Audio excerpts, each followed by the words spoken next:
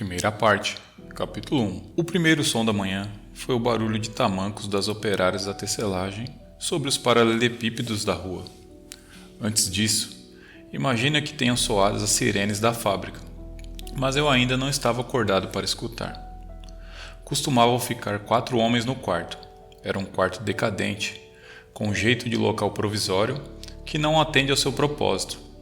Anteriormente era uma residência normal, e quando os Brookers foram morar lá e a transformaram em pensão e açougue especializado em tripas, mantiveram alguns móveis inúteis e nunca se animaram a tirar dali.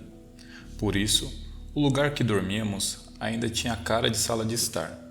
No teto tinha um lustre pesado de vidro, com tanta poeira acumulada que parecia pelo de um bicho. Quase cobrindo uma parede, um móvel enorme, horroroso, uma mistura de aparador e bancada, com muitos entalhes, gavetinhas e espelhinhos. Havia também um tapete velho, que já teve cores vivas, mas estava agora todo manchado com marcas de baldes e latas de lixo. 2 cadeiras douradas com os assentos arrebentados e uma daquelas poltronas antiquadas, estofados com crina de cavalo, onde a pessoa escorrega quando vai sentar. A sala tinha sido transformada em quarto, com 4 camas estreitas no meio dessa bagunça. Minha cama ficava no canto direito do lado, mais perto da porta. Lá havia outra cama atravessada no pé dela, para que a porta pudesse se abrir. Por isso, eu tinha que dormir com minhas pernas dobradas. Se eu as esticasse, chutaria as costas do cara da outra cama. Era um mecânico idoso chamado Haley, que trabalhava em um escritório, na parte externa de uma mina de carvão. Felizmente, ele teve que ir trabalhar às 5 da manhã, então eu poderia desenrolar minhas pernas e dormir direito algumas horas depois que ele se foi. Na cama em frente, havia um mineiro escocês que havia sido ferido em um acidente. Um enorme pedaço de pedra o prendeu ao chão e demoraram algumas horas para tirá-lo, e receberam uma indenização de 500 libras. Era um homem grande e bonitão, de 40 anos, com cabelos grisalhos e bigode cortado, mais como um sargento que um mineiro, e ele ficava deitado na cama até tarde, fumando um cachimbo. A outra cama era ocupada por caixeiros viajantes, vendedores de assinatura de jornal e propagandistas de lojas, que em geral ficavam 1 ou 2 noites. Era uma cama de casal, de longe a melhor do quarto. Eu mesmo dormi nela na primeira noite, mas fui tirado de lá para dar lugar a um outro pensionista. Acho que todos os recém-chegados passavam a primeira noite na cama maior, que funcionava como chamariz. Todas as janelas ficavam sempre bem fechadas e presas por um saco vermelho de areia, e de manhã o quarto fedia como uma gaiola de furão. A gente não notava ao acordar, mas se saísse do quarto e depois voltasse, era atingido pelo cheiro como um soco na cara. Nunca soube quantos quartos havia na casa, mas sabia que havia um banheiro, que era de antes do tempo dos Brooker. Embaixo havia a costumeira sala e cozinha, com um enorme fogão a carvão, com o fogo sempre ardendo, noite e dia. Era iluminada apenas com uma clarabóia, pois de um lado havia o mercado de tripas e do outro lado a despensa, que se abria para um porão escuro onde guardavam as mercadorias. Bloqueando parte da porta da despensa havia um sofá disforme, onde a senhora Brooker, a dona da pensão, se deitava, sempre doente, em meio a vários cobertores encardidos. Tinha uma cara redonda, pálida, amarelada e ansiosa. Ninguém sabia qual era o seu problema. Acho que era apenas comer demais. Na frente da lareira havia quase sempre varal com roupas para secar. E no meio da sala, a grande mesa da cozinha, onde a família e os hóspedes comiam. Nunca vi essa mesa totalmente descoberta, com um tampo nu, mas vi diversas toalhas e coberturas em diferentes ocasiões. Por baixo, havia uma camada de jornais velhos manchados de molho. Em cima disso, um oleado branco e pegajoso. Em cima disso, um pano verde e em cima disso outro pano de tecido grosso, que nunca era trocado e poucas vezes saía de lá. Em geral, as migalhas do café da manhã ainda estavam na mesa na hora do jantar. Eu conhecia várias delas de vista e acompanhava suas andanças na mesa, de um lado para o outro ao longo dos dias. O mercado de tripas era estreito e frio. Na vitrina tinha umas letras brancas que sobraram de propagandas de chocolate espalhadas como estrelas sobre o vidro. Dentro, havia um balcão onde ficavam grandes quantidades de material amontoado, dobradinhas, tripas e pés de porco, já escaldados, meio transparente como fantasmas. Era uma loja simples do tipo tripe and pie, tripa e ervilha. E nas prateleiras tinha pão, cigarros e algumas latarias. Uma placa anunciava chá, mas se alguém pedisse uma xícara de chá, em geral era recusado como uma desculpa. Apesar de estar desempregado há anos, o Sr. Brooker era mineiro de profissão. Ele e a esposa já tiveram vários tipos de comércio durante toda a sua vida. Em certa época, possuíram um bar, mas perderam a licença por permitir jogos de azar. Esses negócios não devem ter dado algum lucro. Eram o tipo de gente que toca um negócio mais para ter o que reclamar. Ele era moreno, de constituição miúda, com cara de irlandês, um tipo azedo e muito sujo. Suas mãos nunca estavam limpas. Como a Sra. Brooker era deficiente, era ele quem fazia a comida, e como todas as pessoas que vivem com as mãos sujas, tinham uma maneira peculiar e demorada de pegar nas coisas. Se ele lhe passava uma fatia de pão com manteiga, com certeza vinha com uma grande impressão digital escura. Mesmo de manhã cedo, quando descia naquele misterioso porão por trás do sofá da Sra. Brooker para buscar tripa, suas mãos já estavam pretas. Ouvi outros hóspedes contar histórias terríveis sobre aquele lugar, onde se guardava a tripa. Falavam que por ali havia besouros negros. Não sei com que frequência eles encomendavam novas remessas de tripa, mas eram intervalos grandes, pois a Sra. Brooker costumava marcar a data dos acontecimentos segundo as encomendas. Deixe ver, já recebi 3 encomendas de tripa congelada desde que tal coisa aconteceu. E assim por diante. Nós, os hóspedes, nunca tínhamos tripa nas refeições. Na época, imaginei que era porque a tripa era muito cara. Depois cheguei à conclusão que era só porque sabíamos demais sobre o assunto. E aliás, notei também que o casal Brooker nunca comia tripa. Os únicos hóspedes permanentes eram o Sr. Haley, o mineiro escocês, 2 aposentados idosos e um desempregado chamado Joey, que vivia às custas do Serviço Público de Assistência Social. Era do tipo de gente sem sobrenome. O mineiro escocês era um tédio só. Como todo desempregado, passava o tempo demais lendo jornais e era capaz de discursar durante horas sobre assuntos como perigo amarelo, assassinatos em tronco, astrologia ou o conflito entre religião e ciência. Os aposentados idosos tinham sido expulsos de suas casas. Davam seus 10 shillings semanais ao casal Brooker e em troca recebiam a espécie de acomodação que se pode esperar por esse valor. Isto é, uma cama no sótão e pão com manteiga. Um deles era um tipo superior e estava morrendo de alguma doença incurável, câncer, creio. Só se levantava da cama nos dias em que ia receber o dinheiro da aposentadoria.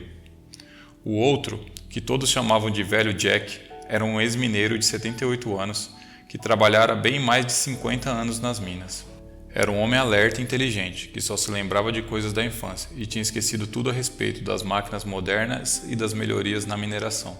Gostava de contar histórias das lutas contra os cavalos bravos que puxavam vagões nas estreitas galerias subterrâneas. Quando ouviu dizer que eu estava me preparando para descer nas minas, fez um ar de desprezo e disse que um homem da minha altura, 1,82, nunca aguentaria a viagem. Não adiantava dizer que a viagem agora era melhor do que antes, mas era amigável com todos e costumava se despedir com um belo grito: "Boa noite, rapazes!", enquanto se arrastava escada acima para sua cama, embaixo das vigas do teto. O que eu mais admirava nele era que nunca pedia nada a ninguém. Em geral, já tinha acabado seu tabaco lá pelo fim da semana, mas sempre se recusava a fumar cigarro dos outros. O casal Brooker tinha feito um seguro de vida com 2 idosos com uma firma que cobrava 6 pence por semana. Dizia que alguém já tinha escutado o casal perguntar ansiosamente ao agente de seguros quanto tempo uma pessoa vive quando tem câncer.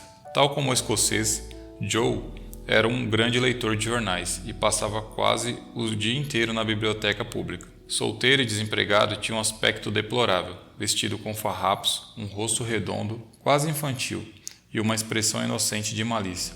Parecia mais um garotinho esquecido num canto do que um homem adulto. Suponho que seja a total falta de responsabilidades que faz com que tantos desses homens pareçam mais jovens do que são. Pela aparência de Joey, achei que tivesse uns 28 anos, e me espantei a saber que tinha 43. Adorava frases de efeito e falava com muito orgulho de como sempre evitara o casamento. Dizia: "São muito pesados os grilhões do matrimônio", achando que era uma observação inteligente. Sua renda total eram de 15 shillings por semana e pagava 6 ou 7 ao casal Brooker pela cama. Às vezes, eu o via preparando uma xícara de chá na cozinha, mas quase sempre fazia as refeições em algum lugar longe dali. Suponho que consistiam basicamente de fatias de pão com margarina e por vezes peixe com batata frita. Havia também uma clientela eventual de caixeiros viajantes do tipo mais pobre, atores ambulantes, sempre comuns no norte, pois os pubs maiores costumavam contratar artistas de variedades nos fins de semana, e vendedores de assinatura de jornal, um tipo que eu ainda não tinha encontrado. Seu trabalho me parecia tão sem esperança, tão lamentável, que eu me perguntava como alguém conseguia aguentar uma coisa dessas, quando a prisão era uma alternativa possível. Eram contratados principalmente pelos jornais semanais ou dominicais e enviados de cidade em cidade, com um mapa e uma lista de ruas que tinham que comparecer a cada dia. Se não garantisse um mínimo de 20 assinaturas por dia, eram despedidos. Enquanto conseguisse manter as 20 assinaturas diárias, recebia um pequeno salário, 2 libras por semana, creio. Sobre qualquer assinatura que ultrapassasse as 20, recebia uma minúscula comissão. A coisa não é tão impossível como parece, pois nos bairros operários cada família recebe um jornalzinho semanal de 2 pence, e troca de jornal a cada poucas semanas. Mas duvido que alguém consiga manter esse emprego por muito tempo. Os jornais contratam pobres coitados em desespero, funcionários e caixeiros viajantes desempregados, pessoas assim que por algum tempo fazem um esforço frenético e mantêm suas vendas no nível mínimo. E quando esse trabalho miserável acaba com eles, são despedidos e outros entram em seu lugar. Conheci 2, contratados por um dos semanários mais conhecidos. Ambos eram de meia idade, com família para sustentar, e um deles já era avô. Passavam 10 horas por dia andando a pé, percorrendo as ruas designadas, e depois se ocupavam até tarde da noite, preenchendo formulários em branco para alguma tramóia que o jornal estava oferecendo, em que você ganha de brinde um conjunto de xícaras se fizer uma assinatura por 6 semanas, e ainda enviar uma ordem postal de 2 shillings. O gordo, que já era avô, adormecia com a cabeça apoiada na pilha de formulários. Nenhum dos dois podia pagar 1 libra por semana que os brokers cobravam de pensão completa. Pagavam uma pequena soma só pela cama e faziam as refeições, envergonhados em um canto da cozinha, comendo pão com margarina e toucinho, que tiravam de suas pastas de trabalho. Os brokers tinham muitos filhos e filhas, a maioria dos quais já tinha saído de casa fazia muito tempo. Alguns estavam em Canadá, como ela dizia. Havia apenas um filho que vivia lá por perto. Um rapagão enorme que parecia um porcão. Trabalhava em uma garagem e vinha sempre comer na pensão. Sua mulher passava o dia todo ali com 2 crianças.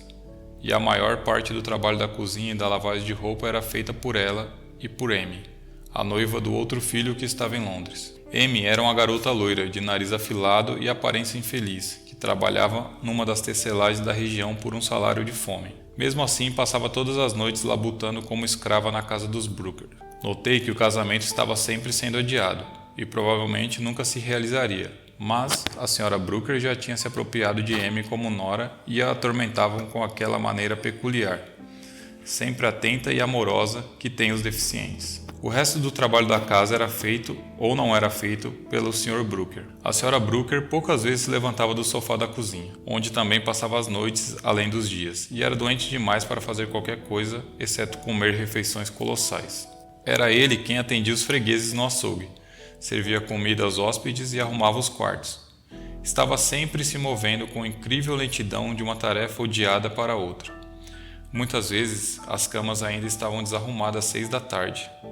E a qualquer hora do dia se podia encontrar o Brooker na escada, levando o urinol cheio que agarrava com o polegar, passando bem ao lado da borda. De manhã, se sentava junto à lareira com uma tina de água suja, descascando batatas, com a velocidade de um filme em câmera lenta.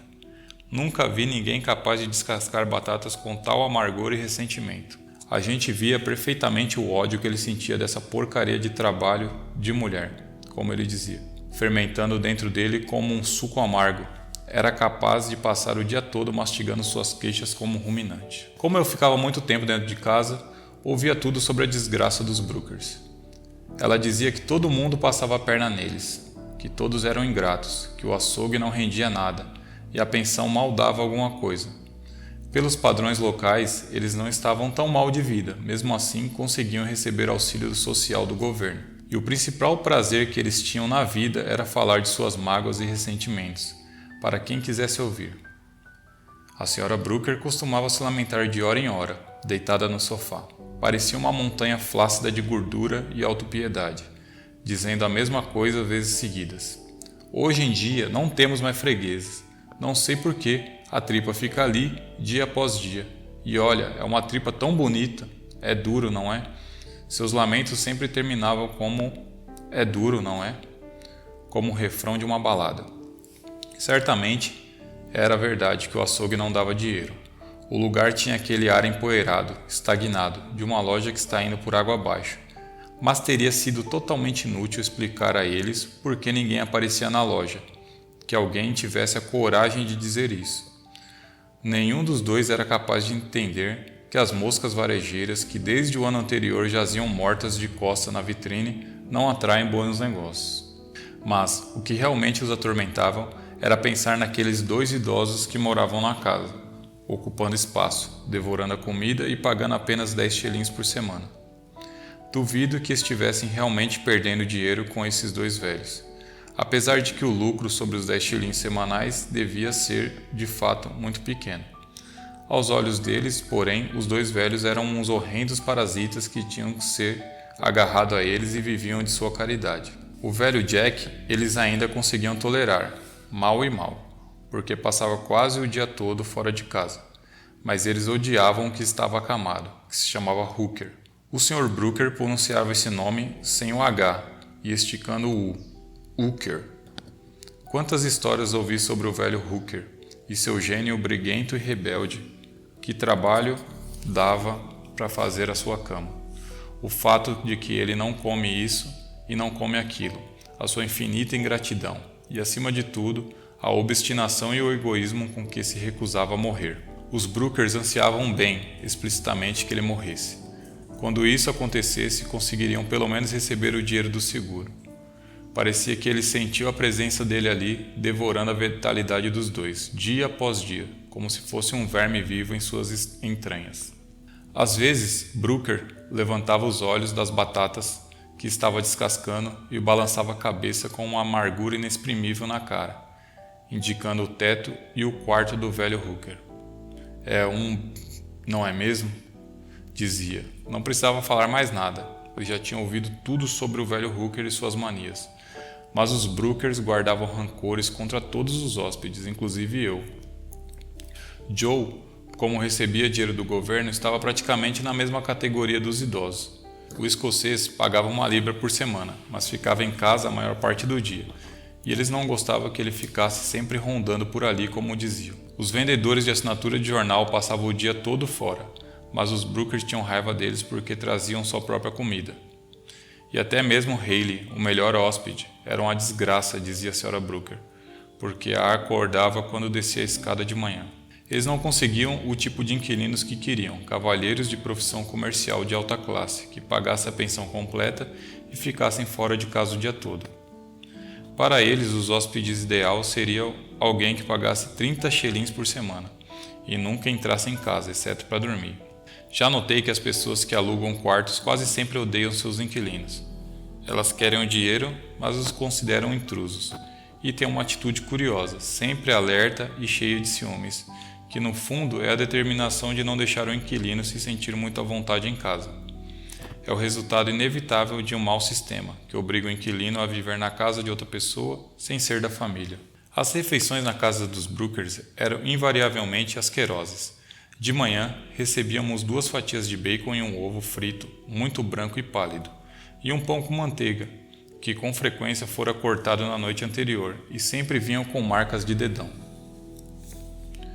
Por mais que eu tentasse, com toda a diplomacia, nunca consegui induzir o Brooker a me deixar cortar meu próprio pão. Ele fazia questão de me passar fatia por fatia, cada uma firmemente presa a seu grande e imundo dedão preto. No almoço, em geral, havia aquelas tortas de carne de 3 pences, vendidas prontas em latas. Faziam parte do estoque do açougue, creio. Mais batatas cozidas e pudim de arroz de sobremesa. Para o jantar, mais pão com manteiga e alguns bolos meio desmanchados, provavelmente sobras das vésperas compradas da padaria. Para a ceia, havia biscoitos com uma fatia de queijo Lancashire, esbranquiçado e mole. Os Brookers chamavam sempre os biscoitos de cream crackers. Aceite mais um cream cracker, Sr. Haley. O senhor vai gostar de comer um cream cracker com queijo, dissimulando assim o fato de que havia apenas queijo para a ceia. Várias garrafas de molho de Worcester e um vidro grande de geleia meio cheio viviam permanentemente sobre a mesa. Era costume molhar tudo, até o queijo, com o molho Worcester. Mas nunca vi ninguém ter coragem de enfrentar aquele vidro de geleia, que era uma massa indescritível de poeira e coisas grudentas. A Sra. Brooker comia separadamente, mas também beliscava qualquer refeição que porventura estivesse acontecendo, e manobrava com grande habilidade para conseguir o que ela chamava de o fundo da chaleira, ou seja, a xícara de chá mais forte. Tinha o hábito de enxugar a boca constantemente em um de seus cobertores. Já no fim da minha estadia, ela começou a rasgar tiras de jornal para esse fim, e de manhã o chão estava juncado de bolas amassadas de jornal cuspido, que ali ficavam horas a fio. O cheiro da cozinha era horroroso, mas tal como acontecia com o cheiro do quarto, a gente parava de sentir depois de algum tempo. Parece que esse tipo de lugar devia ser bem normal naquelas áreas industriais, pois de modo geral os inquilinos não reclamavam.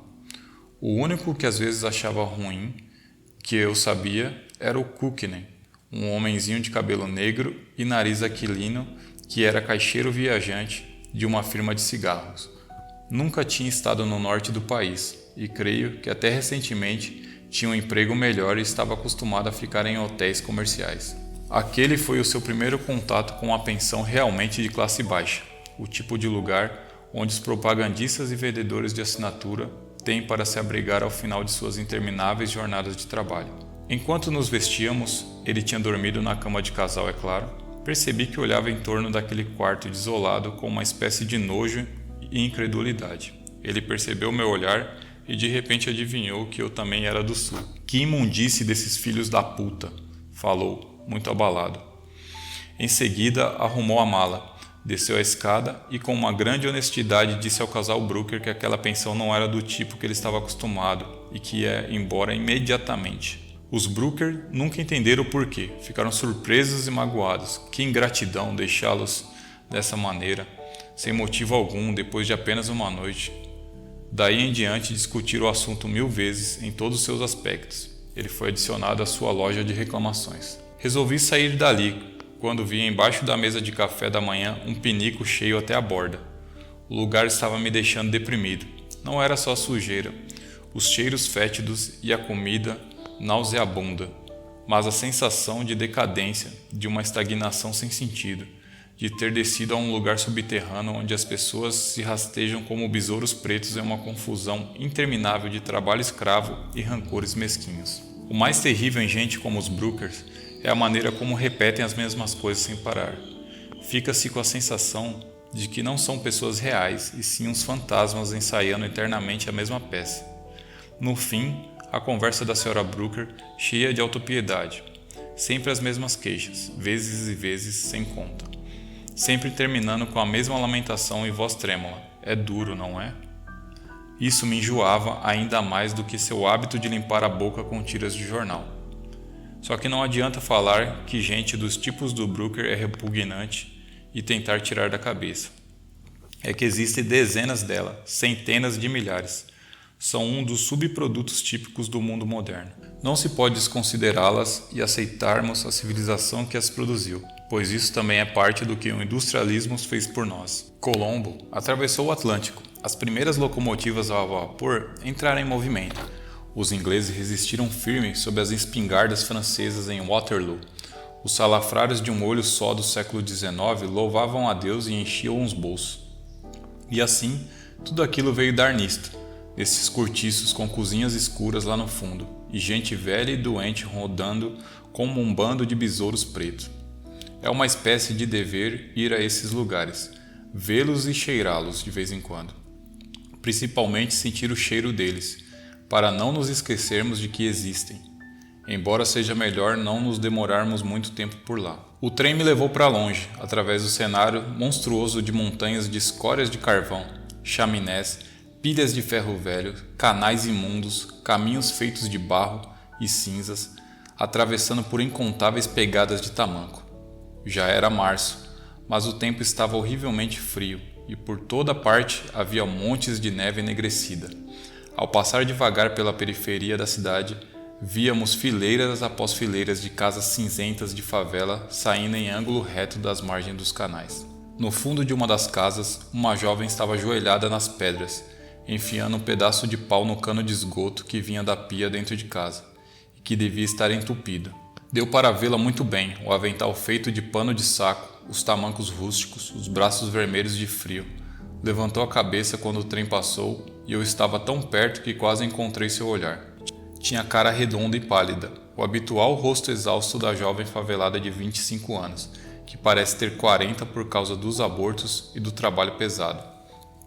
Um rosto que mostrava naquele segundo em que passou por mim a expressão mais infeliz e desconsolada que jamais vi.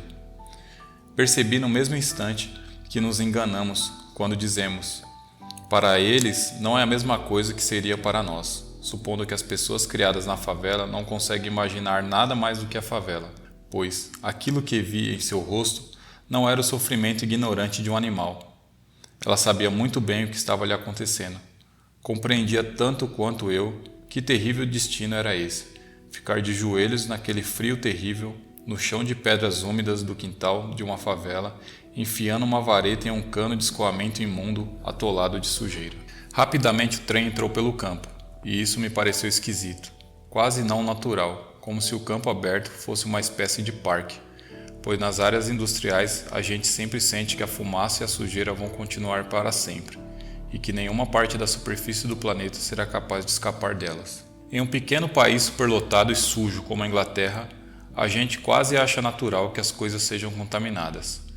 As chaminés e as montanhas de escória de carvão nos parecem uma paisagem normal, mais frequente do que a relva e as árvores. E até mesmo lá, nas profundezas do interior, quando a gente enfia uma pá no chão, já vai esperando topar com uma garrafa quebrada ou uma lata enferrujada. Mas aqui, a neve não tinha sinal algum de passos, e era tão funda que só se via o alto das cercas divisórias de pedras serpenteando pelas colinas como negras veredas. Lembro-me que o escritor Lawrence disse que as colinas cobertas de neve ondulavam rumo à distância como músculos. Não era a comparação que queria ter me ocorrido. Para mim, a neve e os muros mais pareciam um vestido branco recortado por guarnições negras. Apesar de a neve nem ter começado a derreter, o sol já brilhava com força, e por trás das janelas fechadas do vagão parecia quente. De acordo com o almanaque, estávamos na primavera, e alguns passarinhos pareciam acreditar nisso. Pela primeira vez na vida, pude ver em um terreno baldio, no lado da ferrovia, duas gralhas transando. Fazia isso no chão, e não como eu imaginava em uma árvore. O namoro era curioso. A fêmea ficava de bico aberto e o macho andava em volta dela, como se estivesse lhe dando comida na boca. Não fazia nem meia hora que eu estava nesse trem, e eu tinha a impressão de que já havia uma distância enorme entre a cozinha dos Brookers e aquelas encostas nuas cobertas de neve e as grandes aves que cintilavam ao sol forte.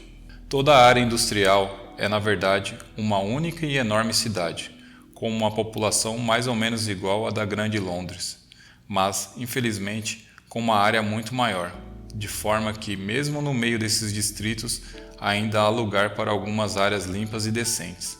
É animador. Apesar do esforço, o homem ainda não conseguiu espalhar sua sujeira por toda parte. A terra é tão vasta e ainda tão vazia, que até mesmo no coração mais imundo da civilização se encontram campos, onde a relva é verde e não cinza. E talvez, se você procurasse, poderia até achar riachos com peixes vivos em vez de latas de salmão. Durante um longo tempo, talvez por uns 20 minutos, o trem atravessou só campo aberto, até que a civilização com suas casinhas de subúrbio começou outra vez a avançar sobre nós. E logo as favelas da periferia, e de novo os montes de escória, as chaminés arrotando fumaças, as fornalhas, os canais e os gasômetros de mais uma cidade industrial. Fim do capítulo 1.